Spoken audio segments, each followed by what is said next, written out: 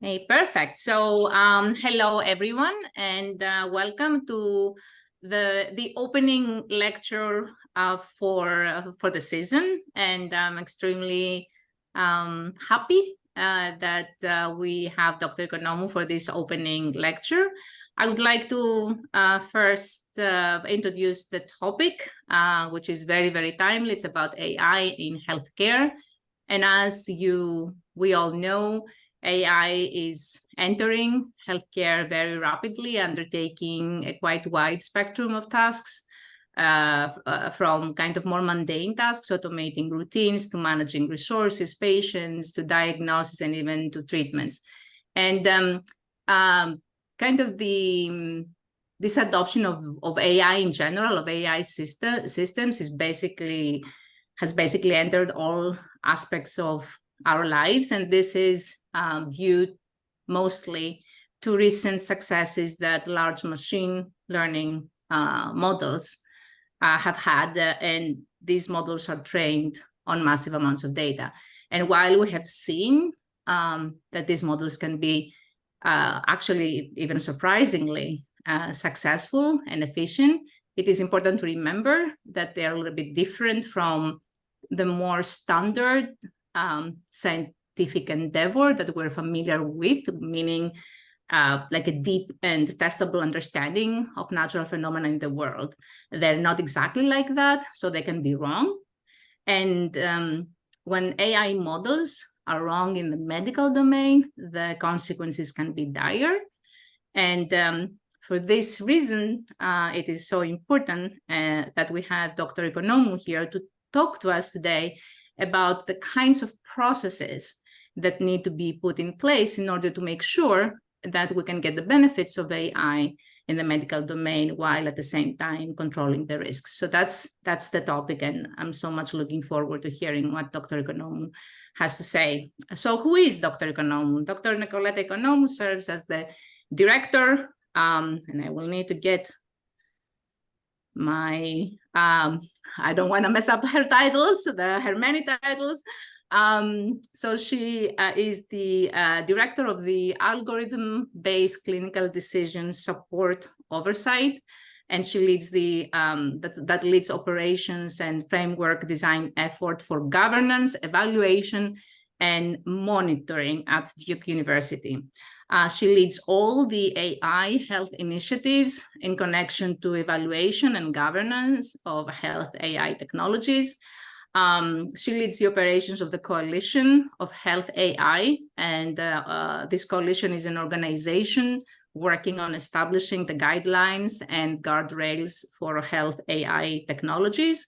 Before that, she also had different posts and positions. She was also in the she worked in the pharmaceutical industry, where she was responsible for clinical data review, how to ensure the designs and testing before drugs made it into production. And in terms of her training, her academic training, she has a PhD in biochemistry from Drexel University, and she did her postdoctoral degree at the University of North Carolina, the Eshelman School of Pharmacy. So we are super excited to be here, that we have Dr. Economou here, and to hear about what, how we can make AI in healthcare safe. So, and Nicoleta, thank you so much for coming, and the floor is yours. Thank you for having me. It's my great honor to give this talk today, and this opening the season. And being from Philly myself, and being a student at Drexel, I really appreciate your mission to help also students, because every single drop matters. So thank you for your mission, and for supporting opportunities for some of our Greek students. So today I'll be talking about unlocking the potential of trustworthy AI in healthcare. And in speaking with Hellenic, I wanted to also give some general introduction about AI, about how it's used in healthcare, and some new some news of this week, kind of intertwined in between. So I think, and I don't know how familiar you are with how AI is actually being used day to day for some of the clinical decisions that are being part of our healthcare, right? But there's a great promise of artificial intelligence and machine learning currently in healthcare. And there's, and however, there is not a lot of information about whether, if you combine, the human element with the technology, if indeed you will get a better outcome, right? So a better health outcome, or a better decision, or better healthcare operations. So in this rapidly evolving landscape of healthcare, AI and technology, we're truly living an era of transformative change. By harnessing the power of AI, I think we can unlock a lot of the opportunity and potential out there. So for those of you that may not be familiar with the healthcare space, a very common problem today is actually clinician burnout. And their day-to-day tasks, what they're asked to do. This is not only for the clinicians per se, but also our nurses. There's high turnover of nurses right now in healthcare. So being able to eliminate some of the burdensome, mundane tasks that really we don't really need to tap into those resources for, really could streamline our patient care. It can also help in diagnostic processes. So, for example, to detect breast cancer and or other imaging or other diseases, just by looking and using the power of AI to do that kind of pattern detection. We can also proactively help improve patient outcomes. For example, sepsis is a very important problem that I don't know how familiar you are with sepsis, but many patients that are hospitalized, especially in the emergency departments, may undergo sepsis, and some of the reasons are not clearly identified. There are few algorithms out there, and so because it's an important risk, and if you don't prevent it early, that can be detrimental for a patient's health. They have tried to also address this issue, and there's some very, very promising results and it's being used right now to detect sepsis at an early stage, so that they can prevent some of the bad outcomes that it can have on the patient's health. Of course, creating personalized healthcare plans based on patient-specific data, right? So imagine also taking some of the genetic data that's out there and kind of like putting that into some of the electronic health record data. So electronic health records are essentially, every time you go into the hospital, the doctor will put in information, or the nurses, that there's a database that's very secure in each health system, where your data is essentially protected. And then if you marry that EHR data with some of the genetic information that might be out there, imagine how we could start phenotyping better with the power of AI. You can proactively identify and mitigate health risks, right? And that's very important. So, for example, like for stroke prevention or other diseases, enhancing efficiency, right, in the health system. So, for example, you might want to streamline scheduling, right? If we could, I know that scheduling, sometimes some of our doctor's visits may go out to a very long time, but imagine if you had a machine that could help you create some options some options of how you could receive the patient earlier and see them for a visit. Also, you can help with some of the patient engagement. So I was part of a project where we were leveraging in the times of COVID, that really unlocked this power of telehealth, right? Can we use some the opportunity of, of technology itself to actually engage with our patients.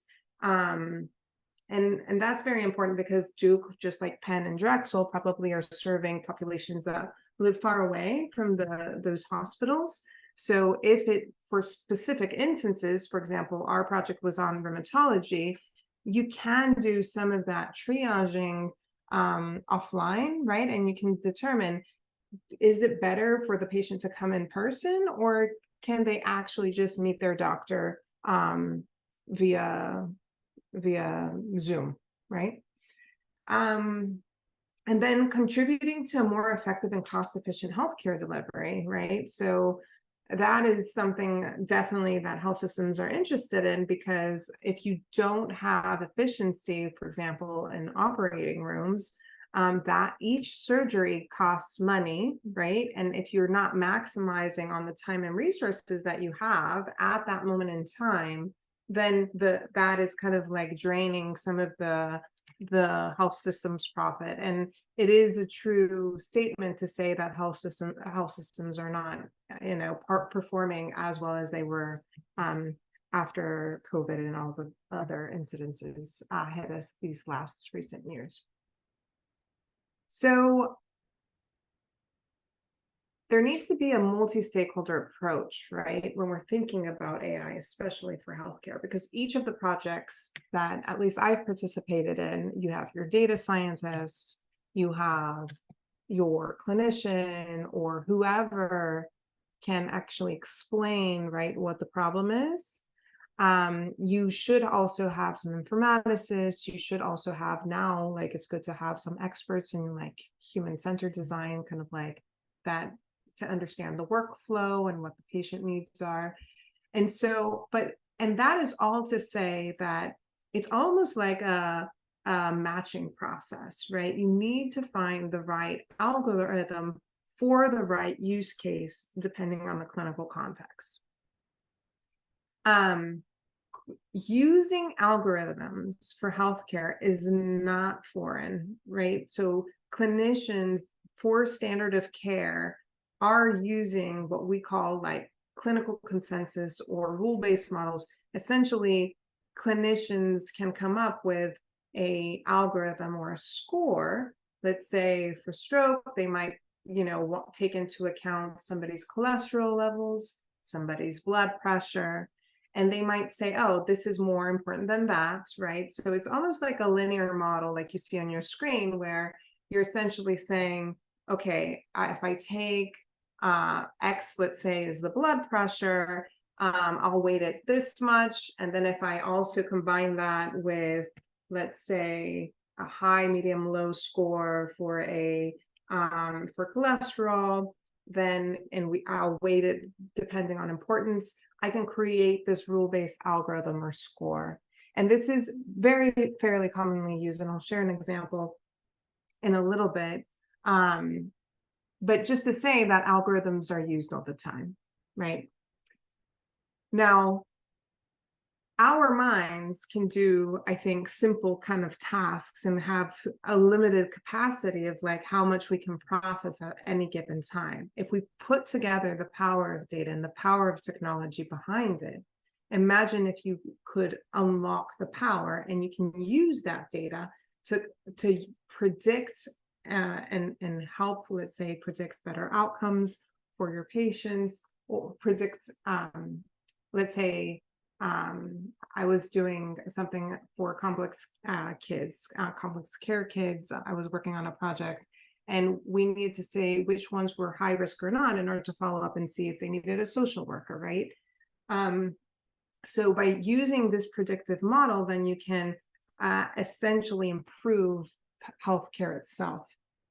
Now, as you know, there's a hype about generative AI, ChatGPT, and there is great potential to also leverage those technologies in a meaningful way for specific purposes. So, for example, could we use generative AI to streamline summarization of notes, right?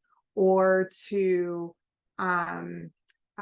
essentially, the dictate and automate note taking, right? So when we're thinking about a linear model, and this is just so I can explain kind of like the more complicated ones out there, such as generative AI.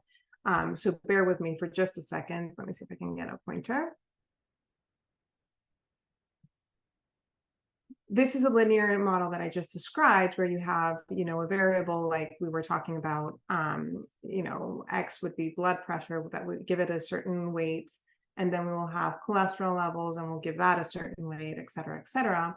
If you look at those variables like blood pressure and cholesterol, and then the weights, and you sum them together, that will give you a specific output, right? So this is a very typical output like model, linear regression, where you're just fitting. So the algorithm here is, essentially kind of doing that, a linear fit. When we're talking about some of the more simple complex though algorithms, such as neuronal networks, we're actually putting a function on top of it. So it's very much like we shared before, but then we're actually putting a function on it. And why is that? Because if I add a function here, then I can say that, this is the function. I'm going to draw a line, and I want a binary classification of yes, it's high risk, or no, it's not. Or I can do more. If I say, and I put a function over, I can say this is more of a probability, right? It's a more sigmoidal activation. So I want to see a probability of somebody, for example, having a stroke versus somebody yes or no having a stroke, right? Depending on the question that I'm trying to answer. And then going here, if we combine this kind of like sigmoidal and function property, then you could add multiple layers to this, right? And this is really the neuronal network. And we have different types of neuronal networks, including the generative AI ones, right? So there are limitations with generative AI because they're learning on context, right? They're learning, and probably Hellenic can explain this better than I can. So feel free to correct me if I'm wrong, because I'm not a data scientist. But essentially, they're learning on context, right? They don't really understand a ground truth, right? It's basically taking a bunch of information. You'll ask it a question. It will look back at the data, and based on, other incidents and questions that it's been asked, it will be able to synthesize some information, right? Whether that information is correct or not, we really don't know, because some of this is a little bit black box. For example, there were some kind of like first testing of, GPT, and then it could give you a really nice text. You could ask it a question, it would give you kind of like a text, and then it would give you references, but the references were false, right? They didn't actually exist. It was a synthesis of different data. But if you went to go Google that reference, it would not show up. Regardless, there are several applications that we could use generative AI for, and there is potential, and it's actually right now we know of, different use cases are actually being tested, right? But there are key questions that we need to ask, right, in order to do that matching process, but also to ensure that we are thinking about, leveraging this algorithm, right, generative AI in this case, to make an appropriate decision. So what is the problem we're trying to solve? Is generative AI a good solution for the task?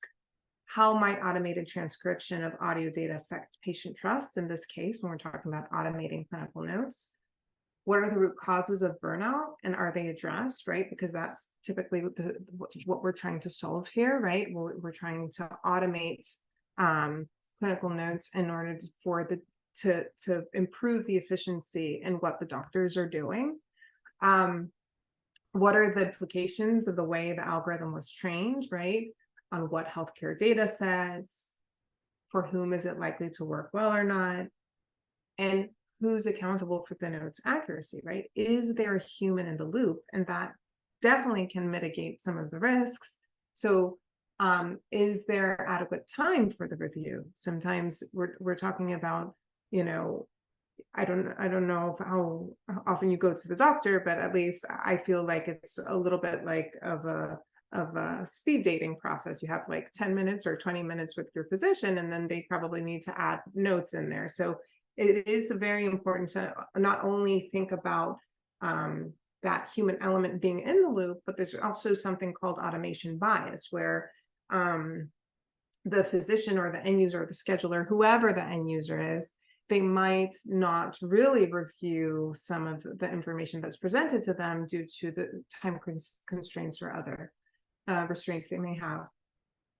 Privacy and compliance, right? How might patient data be used to further train the model? Who controls how future refinements of the model might be applied? And if the model is exposed to patient data, how is the data being protected?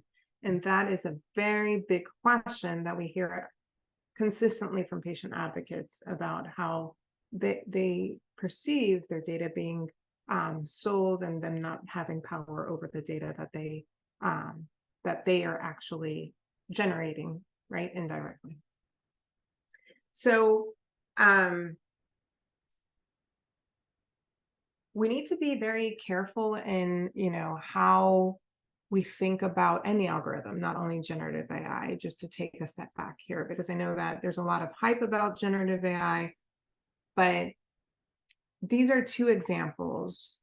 One has to do with a sepsis model, where I mentioned sepsis before, that there was an algorithm that was working well in one hospital, but then, and it was deployed by an electronic health record company, right? So they have access to a lot of health systems to push out algorithms.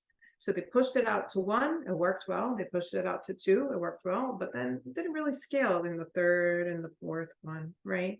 But when it's coming to patients' lives, right, that shouldn't be an afterthought.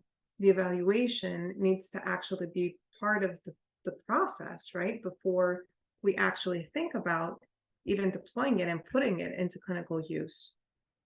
Because what happens with the data-driven models is that they're as good as the data that they're sitting upon. So you can take a model and you can put it onto and use it in a different health system, but typically you need to train it again against the data of that second health system, because the weights, right, that I was talking about before will actually now change based on the data itself, not the clinical consensus, not the clinical gestalt.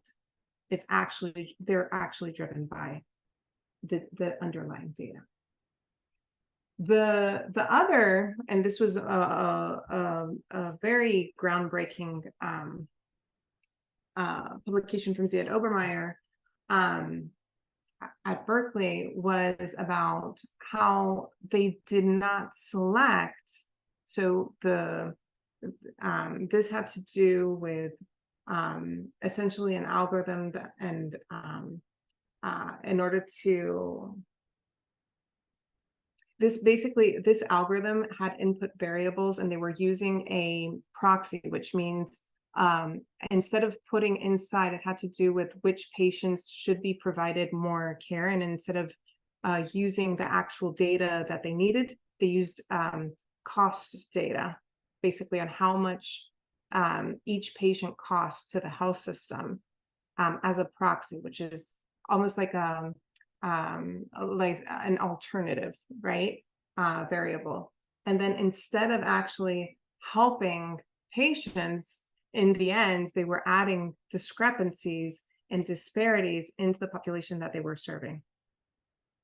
So all that to say that the design of some of these models and how you think about the design, you can't always just throw data and see what model will give you the best output. You actually need to think about very carefully about which variables you're using. You need to think about how those will be translated before you use it somewhere else, even for some of the FDA cleared models. So there are other kind of risks that I would like to underscore. So sometimes, these technologies may give you some biased recommendations, as I mentioned before, but might also not be adopted by the clinician. So in order to add a new technology here, an AI technology, into the workflow, into a clinical workflow, that needs very, very careful design, right? So you need to understand how the current state, you need to understand how that technology will be used, how it will disrupt the workflow as is. Then you need to train all the staff on the floor how to use it, how to interpret it, where to go when they have specific questions. So sometimes if it's not done properly, they don't really the end users don't really understand the value of it, especially if they're not engaged in the whole design process. Sometimes they fail to improve patient outcomes, right, from the current state. And I gave you an example previously from that, where somebody just used a different model.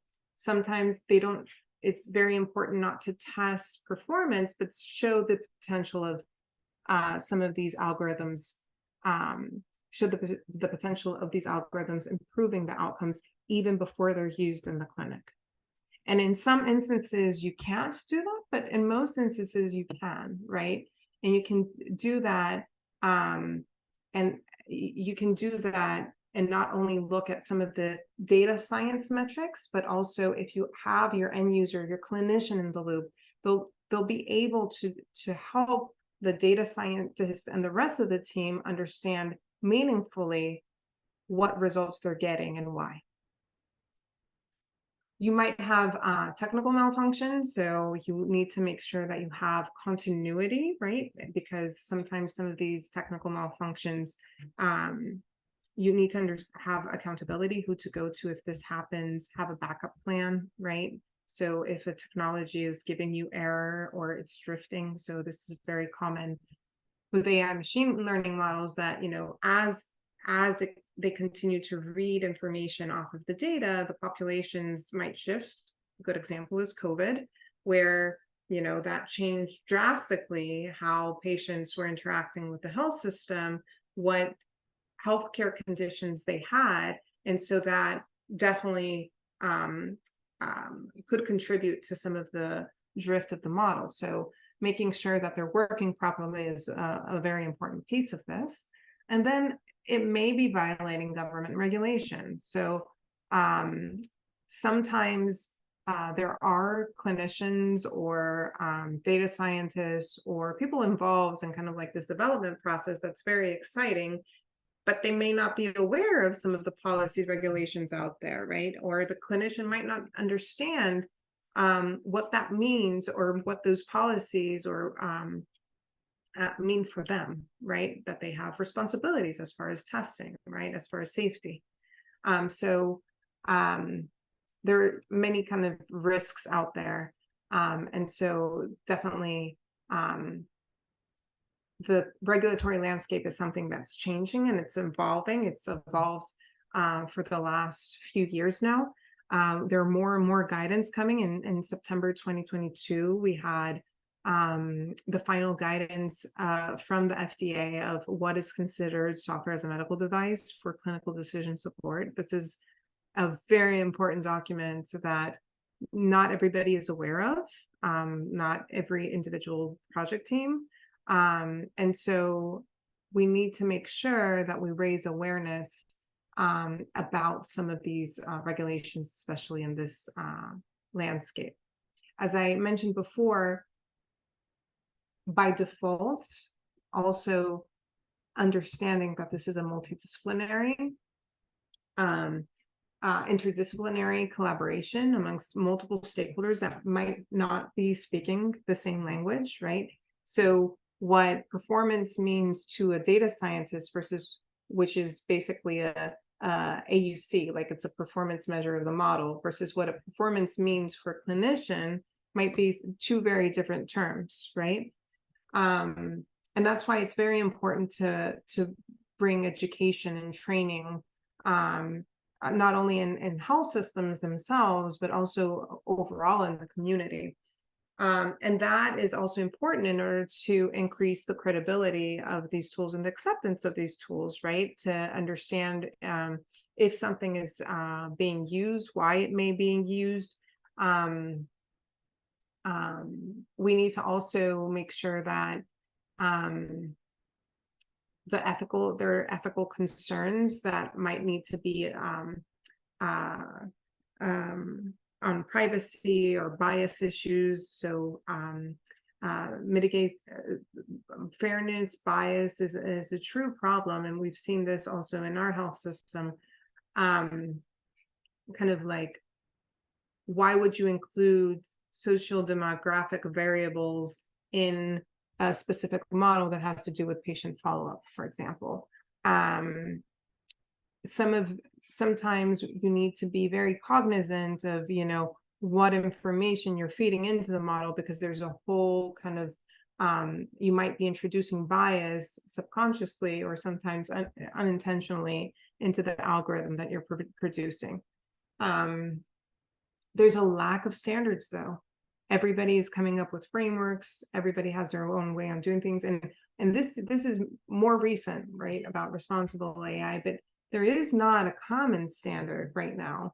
And I think that, there are multiple perspectives that need to come to the table in order to bring together and collate what standards we want for health AI at this moment in time, because clinical trials are regulated, medical devices are regulated. And so as some of these regulations become a little solidified, what happens with all the rest, right? That may not fall under the FDA's oversight. What happens to their quality? Because those are also going to be impacting patient care. And on Monday, the exciting news is that we had an executive order from the Biden-Harris administration and around Trustworthy AI, right? So I think we all understand the potential of us leveraging the power of AI to streamline how we're delivering patient care, but we definitely have the need for guidelines and guardrails in order to make sure that it's being done in a trustworthy fashion. And through that trust, we will also raise the credibility of these tools, but also raise patient acceptance. So this was a very important thing that happened this week. And among other things that this executive order states is to develop a strategic plan for responsible AI deployment in healthcare and human services, including equity, privacy, and efficiency. To generate an AI assurance policy to assess the quality and performance of AI-enabled healthcare tools, ensuring patient safety and real-world data usage. A safety program and a central tracking repository, right, to capture incidences that may be causing harm. And they also are very cognizant that there needs to be also an education component to this, and there needs to be assurance entities in order to make sure that we have more of a democratization of how we need to be approaching trustworthy AI, especially through public-private partnerships.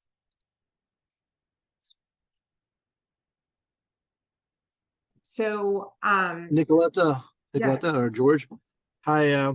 Unfortunately, I'm committed to another conference call in literally 10 minutes for work. But this is I'm Dr. Elias Iliadis. I'm a practicing interventional cardiologist. I'm a clinical researcher for Cooper Health System and associate professor at the university.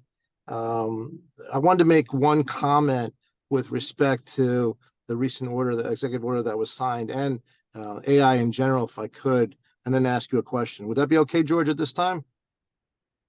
Because I'm just not going to stay on I can't stay on for 10 more minutes. The comment is, I'm a practicing physician, And we using the Epic EMR did embrace the AI learning tool for for notes, not necessarily decision making, but would abstract our charts for note taking. And the patients also have access, as part of our pilot, had access to these notes and to the the data that was generated, the note writing, the clinical decision making that was generated. There was a patient backlash, to call it, to say mildly. The AI that was generated, maybe it was a Gen 1 or Gen 2, but I would tell you that patients did not like the way their notes were perceived or written, that the docs felt that everyone was a cookie cutter. And that's the kind of the fear that I think I have with respect to AI. And I'm an early adopter. I was one of the pilots and champions for Epic at our institution, as well as I use AI in clinical practice every day because I'm part of a radiology cardiology team. So I think the concern that I, as a practicing physician, come forward is that I am concerned that this is going to kind of, again, work us toward the median, that all notes will look alike, all patients will look alike, the individuality of the patient will be lost, and our ability to differentiate between patients will be lost because the AI is, as you said, working on learning from the data that it's being presented, and maybe the data that's being presented isn't particularly correct or vetted by a human source. So that was my one comment. Second comment would be those of us who do clinical research use logistic regression analysis and the models generated thereof. Your decision-making model would replace that, is really the question, or would augment it. I know you're active learning, so I think that may be a better solution for those of us who are making models for patient care. So again, I thank you for your time. I had to ask it now because I'm going to be leaving in 5 minutes. So thank you. No, thank you for the question and for the insight about that deployment. So I was just setting the stage about different flavors of AI that exist out there. So machine learning, is kind of like, I think, close to that logistic regression piece, and that should be treated. Sometimes we use AI and machine learning interchangeably, right? But the same things would go. I view that as a predictive model. That would be kind of like the bucket that I mentioned, where I would put that. And we use logistic regression models at Duke all the time, but still, right? When we were about to do a pilot for the large language kind of Epic model or other models, we were thinking about including the patient more of a study before we were to deploy it or make them aware. And then also do a survey first, like what they thought about the responses. We did think about a few ways of doing that. So you could think about also generating the text and then having the physician edit it before they deploy it, right, to the patient to make it a little bit more personal. But I appreciate your insight. But I'm not talking about one specific case. The purpose of this talk is just Eleni asked me to kind of share all the flavors of, give some background here. But now I'm going to go into more of the trustworthy AI and how we go about doing that. Yeah, and thank you, Elias, for the question. It's a pity you would need to go, but I think that I believe Nicoleta will the last part of the talk is exactly what you're bringing up, namely how to prevent the rushed deployment of an AI solution and then have to deal with exactly what you described, meaning getting this backlash or things that are not working, and how to build processes and hopefully standardized processes such that you get these reactions before deployment and not after deployment, because that both can have dire consequences, but also I think Nicoleta mentioned that in the first slides, it breaches trust, right? I mean, maybe the model will be improved, but then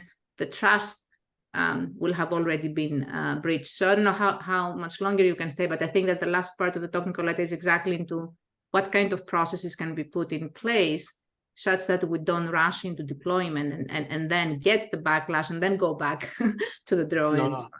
Agreed. And we're at that point where we've implemented my implementation in my large practice was successful, but I'm unique in that I embraced it. I was able to learn and place these clinical models that we've developed into note-taking.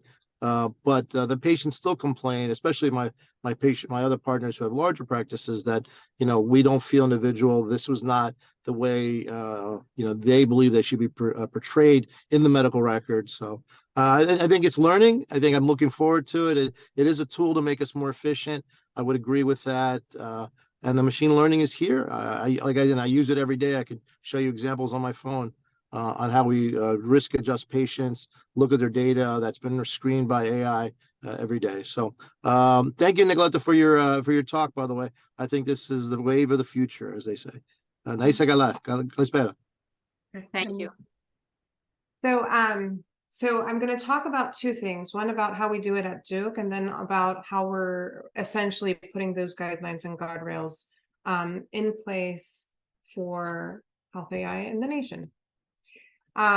So I'm not going to reiterate some of this, just to say that when we stood this up, this was in 2021, January 2021, it was a wild west of algorithms. We didn't know how many we had in the health system, right, centrally, right? There was not a central process to kind of like have that number, have a good understanding.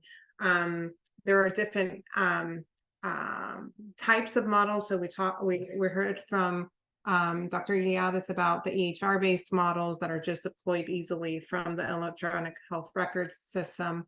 Then we might have other kind of third parties that have some fancy AI solutions that they might want to deploy in healthcare. Like, let's say a clinician may want to deploy in the health system.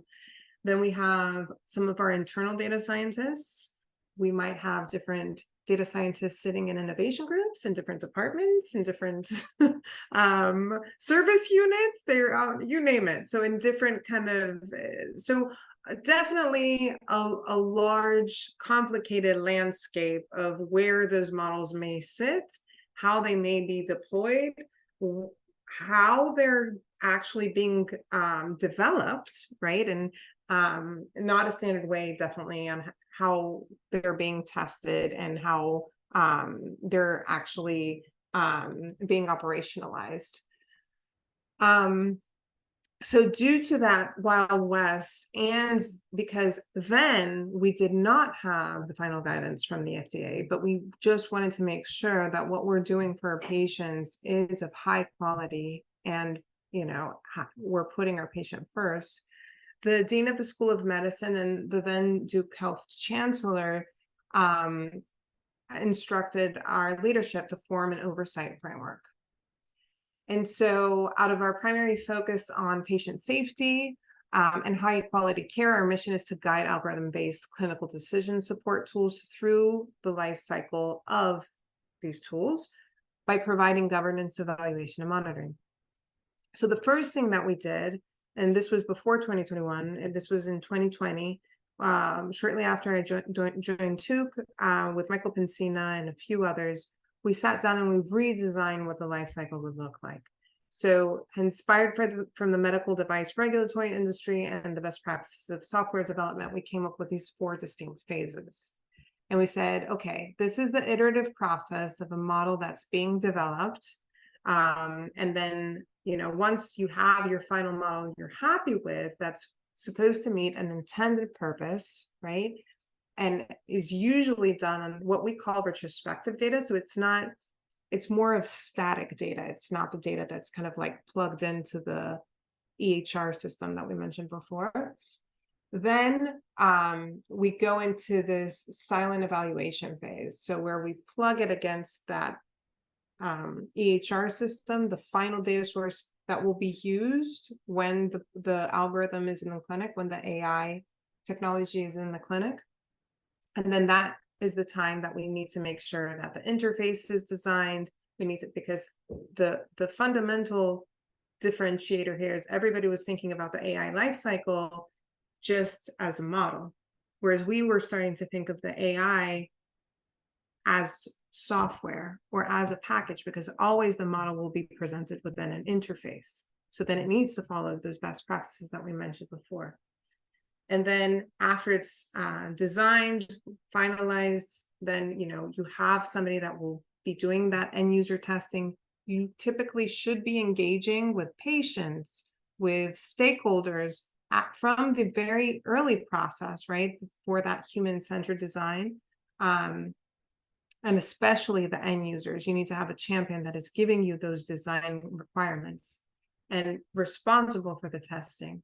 Then after everything looks good, and after we've determined the regulatory pathway for this tool, and after everybody, the workflow has been designed, everybody has been trained on how to use the technology in the specific workflow, then we go into the effectiveness evaluation, which is the first in clinic use of the tool, but at a small scale pilot. And then we go into general deployment. If everything looks good and in the real world, we can demonstrate impacts, then we go into general deployment and monitoring. And so what we did is we introduced these just-in-time checkpoints where we essentially ask project teams, ask these development teams to share with us what evidence they have so far, so we can look at it, see that everything's okay, but also what plans they have for what's ahead. So that way we're integrating quality by design, health equity by design, ethics by design as early as G0. And some of these concepts of, bias mitigation are not an afterthought. Also, we ask about resources. Some of these projects being Duke may be research projects. Do we know that they have the budget and support from their department to maintain this in production after you're there? We just talked about how disruptive this is to enter, right, into the clinical workflow. So that's why it's very important to also have that end in mind. And these are some general questions that, we may be asking. What are the clinical outcomes and the performance metrics? Has the model been evaluated and how? Who's the clinical owner, right? That's a very important question. Who's the model owner? Who's the executive owner that will be covering the maintenance costs? Is this used in standard of care? And I'll tell you why that's important. And this, just to say that, I'm going to skip along here, but the state of California Department of Justice, all of a sudden, asked 30 health systems to provide a status about which algorithms are being used and how they're addressing disparities. And they needed to respond within a month. We had our oversight process in place, but I wouldn't be in one of those health systems because it took us some time to even get a handle of how many algorithms we had out there. So the power is in our people. This is co-chaired by the Michael Pensina, the vice dean. He's the vice dean of data science for the School of Medicine, but he's also now the chief data scientist for Duke Health. Eric Poon, who is the chief health information officer, and then we have folks from regulation, so Office of Regulatory Affairs and Quality, our legal counsel, IRB, and we have the subcommittee that they have formed. We have an evaluation committee of folks that are experienced developing these models, and then we have an implementation monitoring subcommittee that are physicians that have been champions for some of these initial models that we have at Duke. And then we have other committee members such as Michael Carey, who's our health equity fellow, and we have Michael Lipkin, who's our head of operations, Suresh Balu from innovation, and then we have Kay Lytle as well. Here. And it's a subset of that committee that actually performs the reviews that I'll talk to you about right now in our evaluation. Give me 1 second because I think my pointer, I'm going to turn off that pointer. So, Nope. The most important thing to understand is that all algorithms that are deployed in the health system are actually under our purview. So it's not only those data-driven ones that we talked about before, but it's also the rule-based models, those clinical consensus models, and the standard of care. They need to register, they need to give us information, bare minimum information about their intended purpose, what they're about, who's the clinical owner, so we can start having an inventory of what tools are out there. It's important now to understand that, you know, even those standard of care models may have biases. So this is from an example from an EGFR model widely used that was actually introducing bias. So it's important that we may not evaluate the standard of care, right? But what we do is we ask for project teams to actually perform testing and make sure that they're efficient and that they're fair as well. What we do is we have this risk-based approach in order to perform reviews of these algorithms. The data-driven are higher risk, this clinical consensus is medium risk, and then we do not review those standard of care models. As I mentioned before, we have a registration process, essentially where we gather bare minimum information about these tools, and then we triage based on those 3 categories that I just mentioned before. And then we do checkpoints at every single stage. And we expect for project teams to also give us update registration information as they progress down our review processes. For those full reviews, we actually try to do that in a collaborative way with our development teams, meaning that they will provide to us evidence, as we talked about before, in plans for subsequent phases, then based on specific submission criteria that we provide. And then we essentially give them a preview letter with any questions we may have or any concerns, or and then before we actually generate an outcome, we give them the opportunity to provide and respond, and then we'll come up with our decision. And then only for those that are re-reviews or denials will we actually ask for them to actually meet with our review committee, a subset of that oversight committee that I shared before. And our ABCDS oversight committee has actually come together to define what the core ethical and quality principles are for health AI. And they have said that it's transparency and accountability, impact and safety, fairness and equity, usability and adoption, as well as regulatory compliance. But importantly, because we have this shift, right, and we need to educate our community, our developers, our clinicians about what they're responsible for, we have translated these principles into succinct evaluation criteria and also submission material that they need to provide to us so that they know exactly what we need for them in order to answer some of these questions and understand this, if the tools are trustworthy or not. This is just an example of, you know, some of the information that we will ask. So for example, here we'll make sure that we understand like what metrics they're using in order to evaluate performance and how it's impacting and its potential of impacting health outcomes at as early as G0, as you can see here on your screen.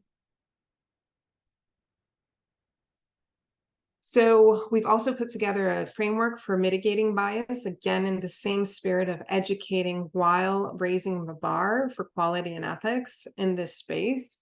We have articulated this 7 types of bias. So label bias, segregation bias, learning bias, representation bias, evaluation bias, and human use bias, and provide examples and methods of how they might go about assessing these types of biases, as well as mitigation strategies, an example, mitigation strategies. And we ask all project teams to fill out this form now, a table, a template with this information. And we have seen that we are actually impacting how we deliver patient care through this process, right? By catching, as I mentioned before, some of those project teams that perhaps, you know, inevitably had added sociodemographic variables either to in models that weren't that necessary. And sometimes, they do recognize this power of independent review, and how that provided better insight into into refining their model, right? We're driving accountability by asking about who the owners are and articulating their responsibilities. We are providing transparency just by the fact that we understand more about these tools now, and we have more visibility into what's happening and how many models we have out there. The business continuity piece is real, right? We have folks that leave Duke and then who replaces them. And through this registration process, we're able to identify these gaps sometimes. And of course, compliance, right, with the IRB and some of our other internal processes. So now I'll talk a little bit quickly, because I know we're over time, about the Coalition for Health AI. So our mission is to provide guidelines and guardrails for an ever-evolving landscape of health AI tools to ensure high-quality care and increase credibility amongst users and meet healthcare needs. And is essentially folks from academic medical centers across the nation, the private sector like Microsoft and Google. We have federal observers listening in and helping us kind of generate some of the products of our work. In 2022, we had some convenings that were funded by the Gordon Betty Moore Foundation. And what we did is we created, and you can find the report on our website. This is along the same time that the White House came out with their AI Bill of Rights, but it was sector agnostic, and we actually aligned, and we defined what our core principles are now for the nation, and then we aligned those to the NIST risk management framework. So that's like the national standards essentially, and then also the White House AI Blueprint of Rights. And these are the core principles. So privacy, security, fairness and equity, usefulness, safety, accountability, transparency, and explainability, and interoperability. And in 2023, we've launched a volunteer effort to generate assurance standards. So first of all, an assurance standards guide, a core document that we believe will connect the dots amongst all these stakeholders so they can start speaking the same language. This is going to be aligned with the National Academy of Medicine's Code of Conduct. So we are interlocked kind of with their AI code of conduct that they're generating in the next years, I would say 2 years or so. And then we took those core principles that you saw and we created these 5 work groups. And we're essentially looking up throughout the life cycle of these tools in order to generate the most important considerations for health AI nationwide. And we're doing that in a consensus-driven fashion with patients, clinicians, data scientists, and experts in the field, large and small industry partners, etc. This is just to say that we are actually launching a survey in about a week. If you want to, I'll share the information. You can also respond about we're ranking the most important considerations. Everybody's input matters. You as patients matter as well. And then we're going to be finalizing our assurance standards guide, but also a assurance standards checklist tool, so that we can also have kind of a very tangible way of how can we ensure that these considerations are actually implemented for health AI. This is an example of what's going to be in the survey. So essentially, we're going to be having kind of like the consideration. We're going to ask you to rank if you think this is important or not. And then we're going to also share with you the evaluation criteria. And we're going to do it for each of those themes that I shared of the work groups across the entirety of the life cycle. What I'm very excited about is that beyond the standards and tools and the assurance guide, we're also going to be expanding the scope to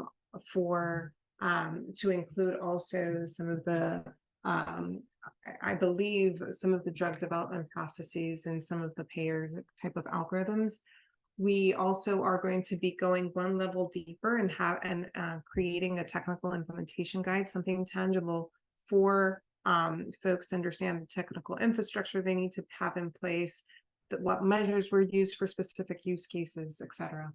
But also a catalog of transparency information. We also are designing, we're going to be designing a safety surveillance and monitoring framework on how some of the adverse events can be reported and issues, as well as engaging the community in order to also ensure that we're informing them, educating them about the tools like we talked about today, and then making them participate in some of our strategic kind of like plans about communication, education, and being part of some of the products of our work. Now, this is very interesting about the maturity model. So we're not only interested in order to ensure trustworthy AI, it's not only the tools themselves, but how are the health systems and what components do they have in place, like governance or infrastructure or resources, in order to ensure trustworthy AI. So that's the maturity model work. That is, so we have some initial funds from the Gordon and Betty Moore Foundation.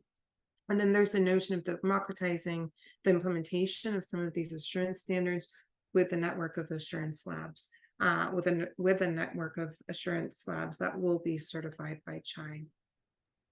Nicoleta would try to have a hard stop at 8:10. So, and I don't know if we're gonna be able to. Is this your last slide? Yep. I mean, it was okay. Because I would like to at least get one question before we stop. If people wanted to, if they have an urgent question. Yeah, and apologies for going over here. Thank you for the opportunity. I was about to say that was my final slide, and sorry for zooming through the last portion, but until Elias's question, I wasn't really aware of that at the time. Okay, perfect. Well, thank you so much. Clearly very informative. I do have a question, but since I'm only going to allow for 1 or 2 questions, like in the next at most 3 minutes, I would like to see if if anybody from the audience, I guess, has a question. Any questions for Nicoleta? Yes, can I ask Nicoleta? Thank you very much for your presentation. Is it accurate to suggest that at this stage there are many more questions than answers for the use of this technology in the clinical practices and in the decision-making support systems in the healthcare? And if the answer is yes, then is there a prediction how long it's going to take before you feel comfortable utilizing the full scale and capabilities of this technology? Excellent question. So it's used. So the logistic regression example is very close to the simple clinical consensus type of models in the sense of like linear regression and maybe a little bit that is data driven, right? These models are being used already in healthcare. I think the question here is, let's put some guardrails around it and let's create a system now, a systematic system that we can agree upon, so it's happening in a fair, safe, and efficacious way.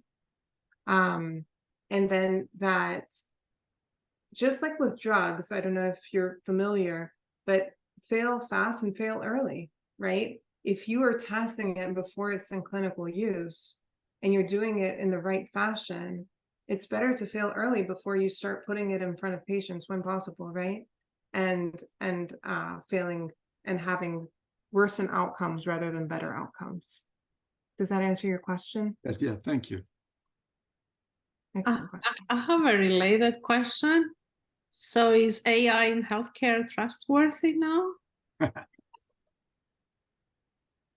We're getting there. So if you have excellent question. So I think that it's a combination of, if you have oversight, if you have governance, if you have evaluation, if you have independent review, if you have the right infrastructure in place and you're asking the right questions, it can be trustworthy. But we need to kind of like harness the moment and harness the situation so that we can ensure that trustworthiness exists. The FDA has many FDA cleared models out there, especially in the imaging and diagnostics.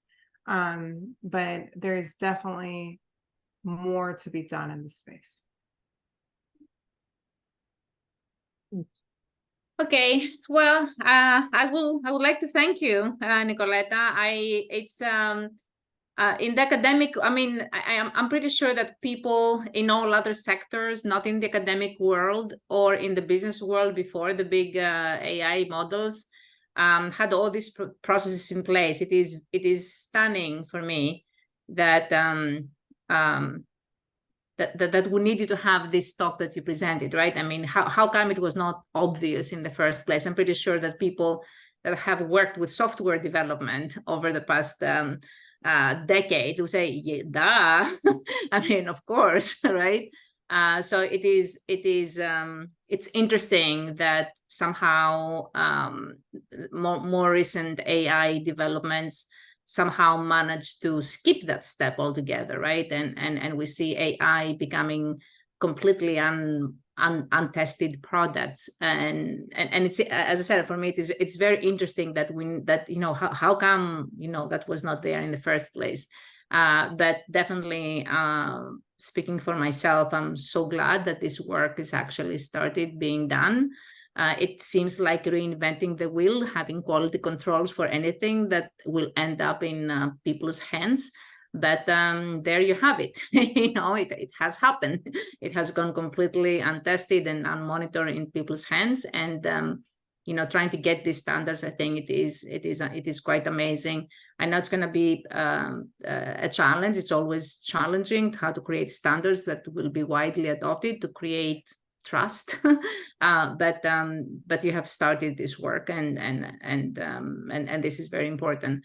I'm sorry we don't have any more time. With you know, we are trying to get not beyond 8:10, but we have absolutely enjoyed your talk. Thank you so much for taking the time and share both your experience with it and your expertise, and also the planning. And yes, so thank you for having me. Give a big hand, everybody, to Nicoleta. Thank you for opening our speaker series for this season. And everybody, before you all log out, our next talk will be December. Let me check the date. December 7th, same time, and we will have Dr. Conda Van Steen, who will give us a talk on children of the silent migration, very different topic, child adoptions from Greece to the USA in the 1950s. And this is also promising to be a very interesting talk. So I hope to see you all there, including Nicoleta, on December 7th. Thank you very much, Nicoleta, and thank you, everybody. Nicoleta, thank you. Thank you, everybody, for being here. Thank you. Bye. Bye.